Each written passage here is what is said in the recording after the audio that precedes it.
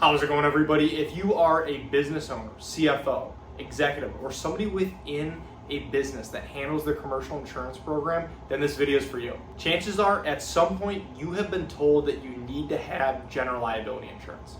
And today I want to go over why this coverage is typically required, and then also discuss what it actually protects your business from.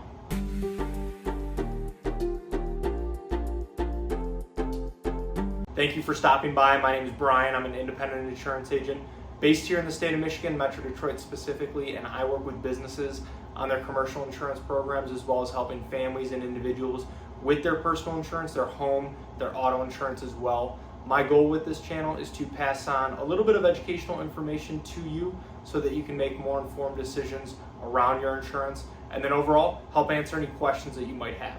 So let's get into it, and before we get too far into the video, I do want to invite you to subscribe to the channel, and if you find this video helpful, useful, anything like that, please feel free to like, share, pass it along with anyone else as well. So general liability insurance is designed to help protect your business from some of the more common risks that it can face. It can help with bodily injury coverage if somebody gets hurt on your business's property or because of your business's operations. This could be something like a slip and fall accident. Then it also helps with property damage coverage in case somebody else's property gets damaged because of your business's operations. And one of the most important aspects of this coverage is that it helps with the legal defense costs if your business is ever involved in a lawsuit because of one of these incidents. And this is even if the claim turns out to be groundless. And then it can also help cover the medical expenses related to the incident, as well as with any potential settlements or judgments that might come from a lawsuit. Then it will also provide coverage for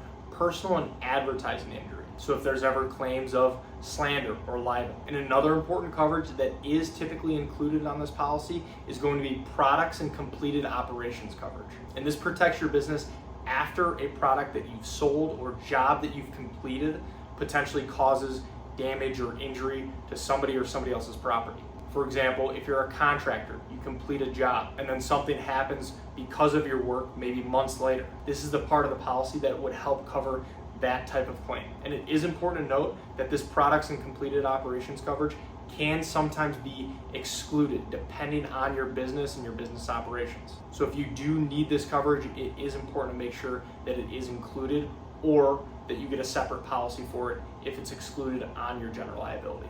Now, in most states, general liability insurance is not going to be a required coverage in order for your business to operate. But in reality, it is nearly a must-have. This is because in nearly every business interaction that you have that involves a contract, you will almost always have an insurance requirement section. And in that section is going to be general liability coverage. If your business rents commercial space, the agreement that you have in place with your landlord is almost always going to require that you carry your own general liability coverage. And then if you work with vendors, suppliers, clients, customers, it's very common for them to require some form of general liability insurance coverage before doing business with you. And then even beyond the requirements, it's just a smart way to protect your business. Even just one accident or lawsuit, even if the lawsuit's groundless, can be incredibly expensive for your business to deal with. And general liability insurance, again, helps with those legal defense costs and any potential settlements or judgments that come from a lawsuit that you would otherwise have to pay out of pocket for. It's also important to keep in mind that general liability insurance provides protection for third-party claims, meaning it protects you if somebody outside your business is impacted. It doesn't cover damage to your own property or injuries to your employees. This is why almost every business is also going to have workers' comp coverage for their employees, and then commercial property insurance or inland marine insurance for any property that they own. And now, how exactly is the cost for general liability coverage typically determined? It's going to depend on a few key factors. First is going to be the type of business you run. Every business is obviously going to have a different level of risk, and every insurance company will have a class code associated with the type of business you run. And then based on that class code, they will also have a rate associated with it.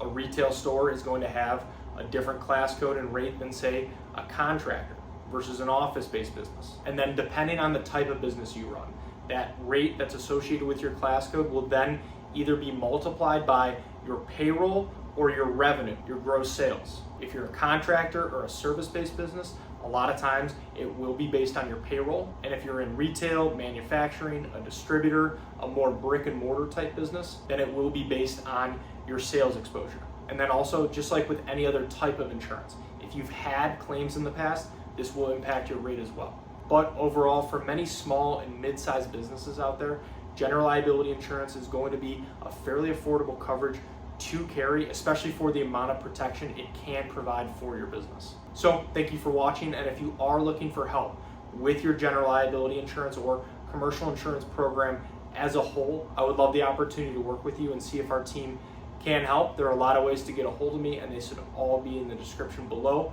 Please feel free to text, call, email, fill out a contact form, whatever's easiest. And if you have any other questions about insurance, please feel free to either reach out directly or leave them in the comments below. I would love to help answer those as well. So thank you again.